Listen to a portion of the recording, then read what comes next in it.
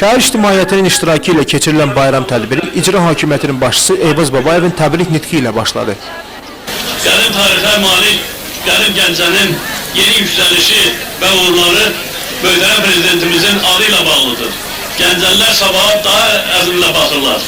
Qətiyyəminik ki, bu 11 ildə həyata keçirilən talihli işlər və misilsiz nailiyyətlər Azərbaycanımızın müstəqilliyinin sarsılmaz təməlinə çevrilərək onu əbədi və daim edəcəkdir. Mən bütün tədbir iştirakçılarını, sizin semənizdə bütün gəncəliləri müstəqillik bayramı, milli şərəf bayramı münasibəti ilə bir daha təbrik edirəm.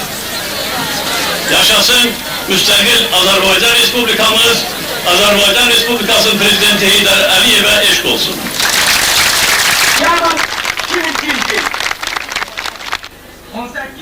Tədbirdə ölkə prezidenti Heydər Əliyevə ünvanlanmış müraciət oxundu. Bura toplaşanlar qarşısında konsert verildi.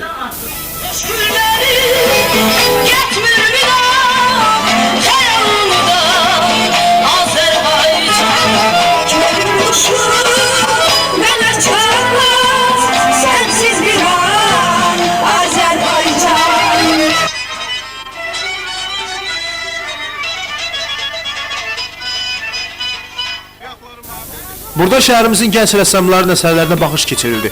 Gəncə idmançıları müxtəlif idman növləri üzrə öz fiziki hazırlıqlarını nümayiş etdirdilər.